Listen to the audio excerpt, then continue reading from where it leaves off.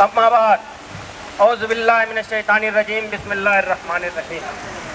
सबसे पहले तो मैं आज के इस एहतजाजी जलसे के जिम्मेदारान का शुक्रिया अदा करना चाह रहा हूँ, जिन्होंने इस मौजू पर दोबारा से आवाज़ दिया है।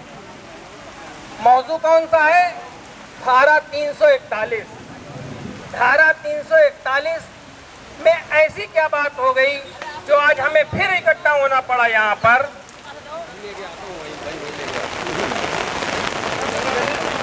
क्यों इकट्ठा होना पड़ा यहाँ पर? वही चलते हैं, वही अज़ीज़ान मोहतरम, आज़ाद हिंदुस्तान में हिंदुस्तान का संविधान बना 26 जनवरी 1950 को कि ये देश, ये मुल्क एक सेकुलर मुल्क है जहाँ पर हर मजहब को अपने हिसाब से जीने का अख्तियार है, सबकी अपनी अपनी जिम्मेदारियाँ हैं और सबको बराबर के हुकूक दिए गए। सरकार, एक ऐसी सरकार जिसके बारे में हमसे ये कहा गया था कि हिंदुस्तान के मुसलमानों, तुम्हारी आवाज़ के बिना इस देश का मुस्तकबिल महफूज नहीं है, अधूरा है। उसी सरकार ने जो सबसे पहला काम किया वो मुसलमानों के ऊपर सबसे बड़े जो तीर चलाया वो था मुस्लिम रिजर्वेशन मूवमेंट से। मुस्लिम रिजर्वेशन 341 में दलित मुसलमानों को शामिल करो, 341 में दलित मुसलमानों को शामिल करो, 341 से धार्मिक प्रतिबंध समाप्त करो, 341 से धार्मिक प्रतिबंध समाप्त करो, धर्म के नाम पर आरक्षण देना बंद करो, धर्म के नाम पर आरक्षण देना बंद करो। अज़ीज़ान मोहतरम, कांग्रेस की वो सरकार जिसने धारा 341 पर के पाबंद लगा दिया कि दलित सिर्फ वो है जो हिंदू है, यानी कि आरक्षण का अधिकार सिर्फ उसको है जो हिंदू है। ये कौन सी सरकार कह रही है जो हिंदुस्तान की सबसे सेकुलर सरकार मानी जाती थी? वो ये कह रही है कि दलित सिर्फ वो है जो हिंदू है। उसके बाद फिर इसमें सिख मजहब को जोड़ा गया, दोबारा से अमेंडमेंट किया गया, बौद्ध और जैन धर्म के लोगों को भी जोड़ा गया। लेकिन अगर किसी को इससे महरूम रखा गया तो वो मुसलमान और ईसाइयों को रखा गया। अजीज़ान मोहतरम, सवाल ये है कि बागबाने आग थी जब आशियाने को मेरे, जिन पे तकिया था वही पत्ते हवा देने लगे, जिन पे तकिया था वही पत्ते हवा देने लगे।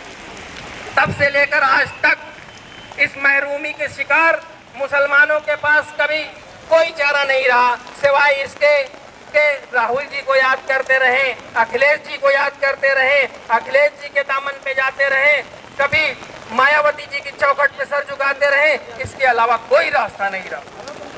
क्यों? सिर्फ इसलिए कि हमारे पास ना वो सियासी ताकत थी, ना हमने कभी सियासी ताकत बनाने की जरूरत महसूस किया।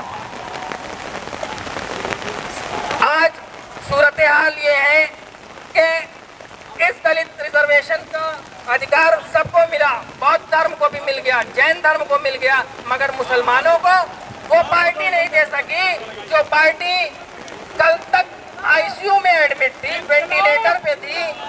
इनकलाब इनकलाब जिंदाबाद, हमारे अधिकार को बहाली करो,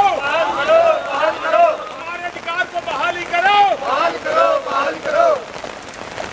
अभी 2024 के पार्लियामानी इलेक्शन से पहले वो पार्टियां, चाहे उत्तर प्रदेश की समाजवादी पार्टी रही हो या कांग्रेस पार्टी, जो वेंटिलेटर पे पड़ी हुई पार्टी थी, उसको भी मुसलमानों ने 90 से लेकर 95% वोट दे करके आईसीयू से बाहर लेकर के आई। सबका उनको मुद्दा दिखाई पड़ा। आदिवासियों के बारे में बोलते हैं, संविधान लहराते हुए आए थे, संविधान को हाथ में लहराते हुए संविधान बचाने की बात करते हुए आए थे, लेकिन आज तक संविधान पे लगे हुए उस काले बदनुमा दाग को हटाने की कोशिश भी नहीं की।